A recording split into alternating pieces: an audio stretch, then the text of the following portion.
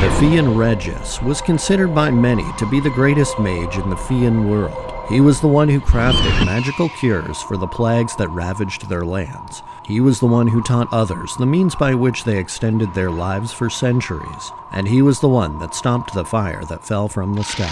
But Regis's failing was his obsession with the creation of life. His failed experiment resulted in the creation of the Eaters, beasts that find most delectable a special gland unique to the Fiun race. Removal of the gland causes madness and led to the wholesale enslavement of the Fiun by King Verici in order to slake the appetites of his ravenous pets. This explains the hordes of maddened and crazed Fiun that wander the Isle of Ruin. Welcome to the Abyss, folks. My name is Void Money, and today we will be doing an Asheron's Call lore deep dive on the Fiun.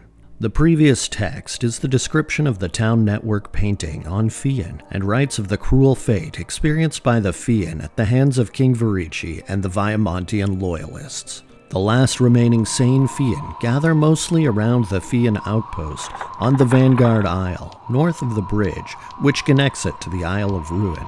The description of the settlement in the Town Portal Network sign similarly reiterates the previous information. The Fiun outpost is the last flicker of the Fiun society in the universe.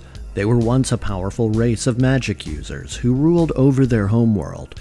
They thought themselves to be the masters of all and attempted to create life. What they created instead was the Eater. This beast destroyed their world, and only a lucky few escaped when they were called by a mysterious portal that brought them to the Halaetan Isles. Bearing all that in mind, it seems like the awful creation of the Fiun followed them through the portals, as there are numerous Eaters throughout the Halaetan Isles. Unfortunately for the Fiun, Viamontian rebels, and free people of Dareth alike, the toothy devils have been tamed by Viamontians to fight alongside Viamontian knights. The town network painting for Eaters is also worth digesting, although from the point of view of the Eater, the only digesting going on will be the digestion of various Isparian body parts, as well as the previously mentioned Fiun gland, all at the behest of the Viamontians, who learned to tame the foul creatures, who somewhat resemble an anglerfish with legs.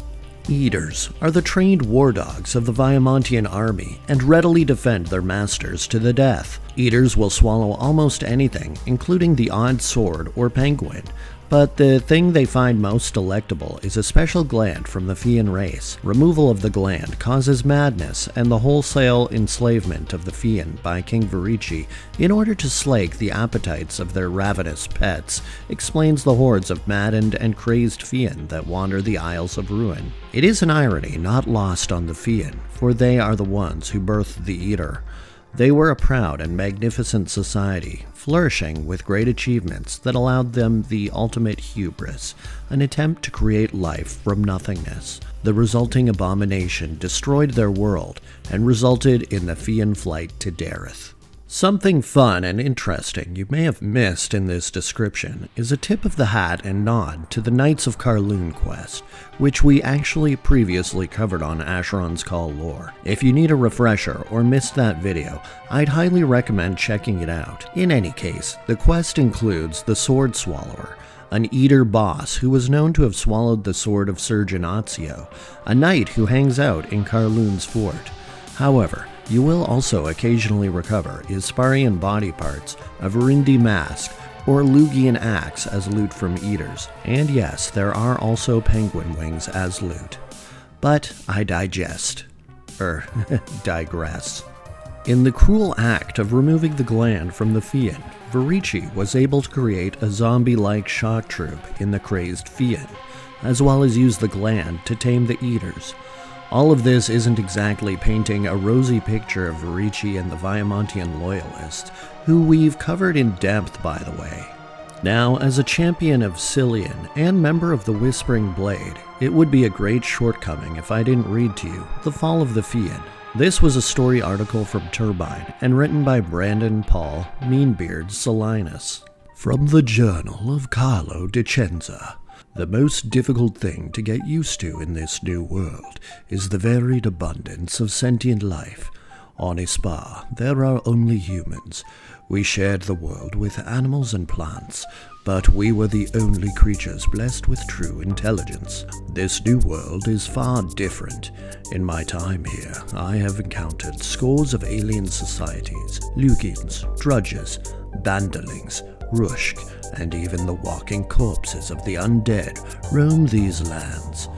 Most of these races are hostile, choosing to engage in bloody combat rather than civilized discourse when meeting a new race. The Fiun, however, are quite a different breed. When the Fiun first approached our city, we assumed they were hostile. We'd been attacked before, once by drudges of the forest, and once by Rushk raiders from the glaciers in the north. We'd grown understandably wary of strangers, so when we first spied the Fiun emerging from the surrounding forests, we called the alarm and rallied the town's defenses. There were 5 of them, a number which meant nothing to me, but which I have since discovered has a special significance to the Fiun. They stood in a line, bereft of armor and weapon, and simply gazed at our city. Their stillness allowed us a long moment to take in the sight of them, a chance which we were rarely afforded in these harsh, blood-soaked lands. The Fiun are slender, frail creatures. They looked very similar to one another, so similar that it is quite difficult to tell them apart. They wear robes of exceedingly intricate patterns and vibrant colors. Their eyes are large and black and quite hypnotic. You have to remember to look away from time to time when speaking to them, lest you lose yourself in those eyes. Their pale grayish skin has an eerie mystical quality. And what's even stranger on this world of violence and death is that they carry no weapons. Even so, their sudden presence on our horizon unnerved us. We've come across too many magic-casting creatures on these islands to suddenly lower our guard when confronted with a weaponless foe. We all stood in position, waiting for their attack, but the Fiun did not move, so Bellis had no idea what to do. Normally, he would have ordered an assault, but these 5 slender creatures simply stood before us in silence. We had no idea what was going to happen, or what these creatures wanted from us. The frigid wind froze us in our armor, while our 2 people simply stared at one another across the open plain. After what seemed like hours, the Fiun finally stirred. They pressed their hands to their chests and bowed. They waited 5 seconds, then rose. The Fiun in the center stepped away from the line and approached us. Sir Bellis raised his shield and readied his sword. He opened his mouth, presumably to order the creature to halt, but the Duke placed his hand on my knight's shoulder and silenced him. The Duke and Eleonora stepped out from our defensive line and approached the Fiun. I had to stifle a nervous cry. Neither the Duke nor his daughter was armed or armored. Our archers would have to carefully lob their arrows over the Duke should the strange creatures choose to attack. But for some reason, the leaders of House Belinès trusted these alien beings. The rest of us would have to trust that our Duke knew what he was doing. The Duke stopped 3 paces from the Fiun leader. The Fiun placed his hand on the Duke's chest. The knights around me looked to Sir Bellis. They were clearly uncomfortable with this strange creature laying hands on our Duke. I could feel our knights willing Sir Bellis to order the attack, but Sir Bellis held his ground. He is a skilled bodyguard, but more than that, he is an obedient servant to the Duke. The Fiun reached forward and gently took the Duke's hand. He then raised that hand and placed it against the ornate robes which covered his own slender chest. They spoke quietly to one another for several minutes. We could not hear their words, could not even hear their voices for the distance between us and them, but we could see their faces, and what we saw was joy. After a long while, the Duke turned to us and said, "Friends of Cillian, do not be afraid." He turned to the Fiun, with whom he had just spent so much time talking. They shared a genuine smile. Then he turned back to us and proclaimed, "Welcome, Regis. Welcome the Fiun. They are our friends." The next several days were the most exciting of my life. We welcomed the 5 Fiun into our city, showering them with food and gifts, peppering them with questions about their society and origins. Soon after we accepted them thus, 5 more arrived, then 5 more after that. Soon we were hosts to more than 60 Fiun. We had never been so close to such alien life before without having to fight them. They found us fascinating as we found them. They spoke to all of us, not just to the Duke and his daughter, and they demonstrated a startling command of the Rillian language. Though their phrasings were a bit stilted, we found them to be most pleasant as well, full of warmth and emotion. Soon after their arrival, we began to forge very real friendships. The Fiun I grew closest to called himself Lujra. We struck up an immediate friendship and rarely spent any time apart. He was fascinated with my tales of life on Ispar, no matter how often I described the lands of Alluvia, Garun, Rulia, Sho, Melantos, and Silverin. He never grew tired or bored. We stayed awake well into the small hours of the night, on many occasions, Ludra pressing me for more and more details about Ispar, myself answering his questions as openly as possible. He loved the idea of Ispar, and I loved sharing that idea with one who appreciated its beauty as much as I did. But when discussion turned to his own world, our conversations took a much grimmer tone. The arrival of the Fiun was much like our own. They too fled a great evil. They too stood witness as their civilization crumbled around them. But their evil, their destruction, was self-inflicted. It was their own pride and quest for discovery that shattered their society. The Fiun Regius was considered by many to be the greatest mage in the Fiun world. He was the one who crafted magical cures for the plagues that ravaged their lands. He was the one who taught others the means by which they extended their lives for centuries. And he was the one that stopped the fire that fell from the sky when Ludra spoke of this last subject, on which I have never been able to coax him to elaborate. He spoke with the reverence I have seen in the eyes of the most ardent Karloon disciple. Clearly, Regius was nigh unto a god in the eyes of the Fiun. But Regius's failing was his obsession with the creation of life. Like us, the Fiun were the only intelligent creatures on their world, but unlike us, they lived for incredibly long spans of time. Hundreds of years from what I can tell. They had much longer to contemplate their place in the world, much longer to ponder what great meaning their lives might hold. Regius, along with a group of like-minded Fiun, came to believe themselves gods. After centuries of pondering the mysteries of their world, he and his council became convinced that their duty was to create that spark of life which fueled their own existence. They felt that some greater entity had given them the power to create new sentient creatures with which they could share the beauties of reality.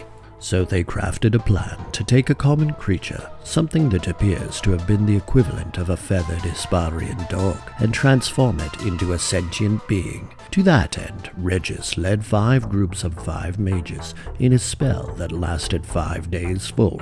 My friend Ludra was one of these mages. Regius's council retreated to a secluded valley amongst a chain of low-lying hills. In those days, their cities covered the majority of the world, but there was still some barren areas where they could practice their spells without interruption, and for a 5-day spell, such a space was most necessary. The mages stood in a circle 5 rows deep and bound the creature with a set of powerful magic spells. The animal slept peacefully for 5 days, seemingly unaware of the spell which worked its way into its body. For 5 days, everything progressed as intended.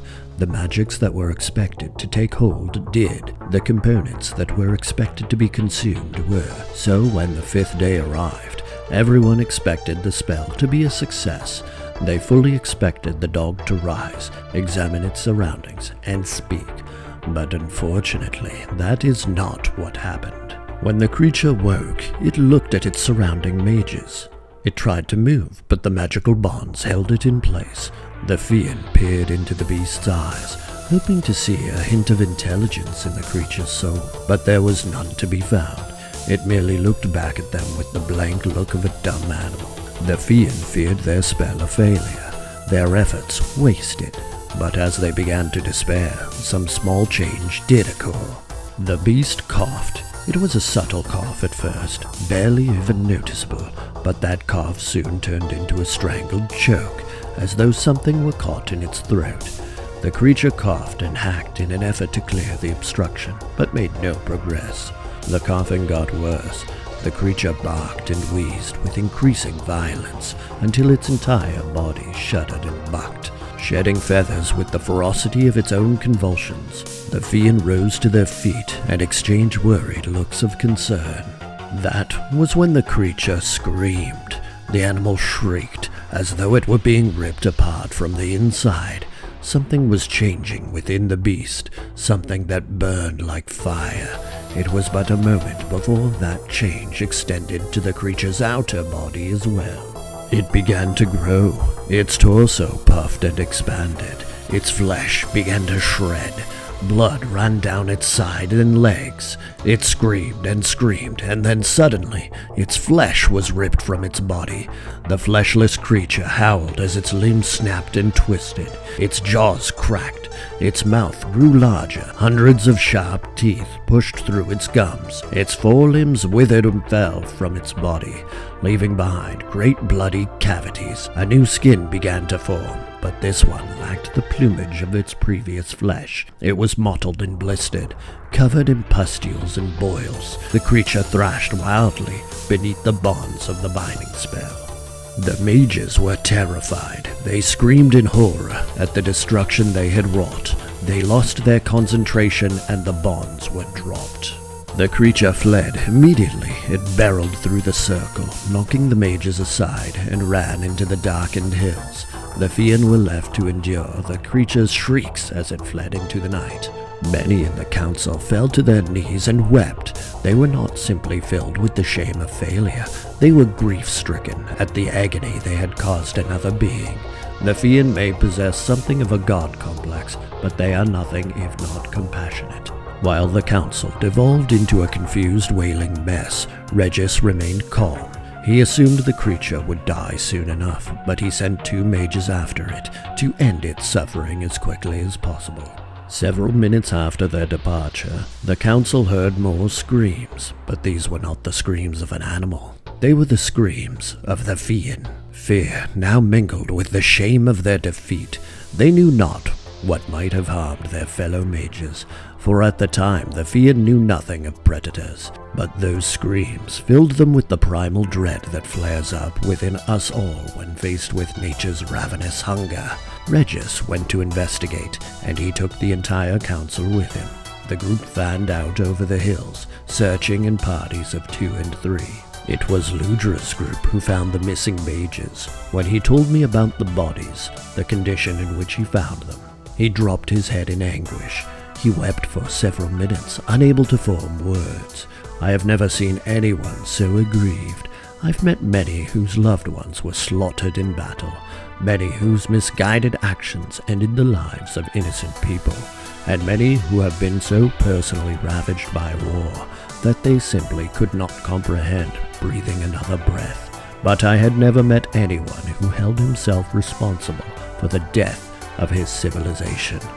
Not until now. The bodies were ripped apart. There was nothing left but a mangled mess of meat and bone. At first, Ludra believed he had found the remains of the beast, but when he saw the tattered robes of the Fiun on the ground nearby, he became aware of the horrible truth. This mass of gore was all that remained of his friends. The creature, however, was nowhere to be found. 2 days later, the beast made itself known. Somehow, and the Fiun are unclear as to how this happened, the creature multiplied. When next they saw it, there were hundreds of them. They descended on Ludra's city in a swarm. Gone was the agonized wail of the wounded beast.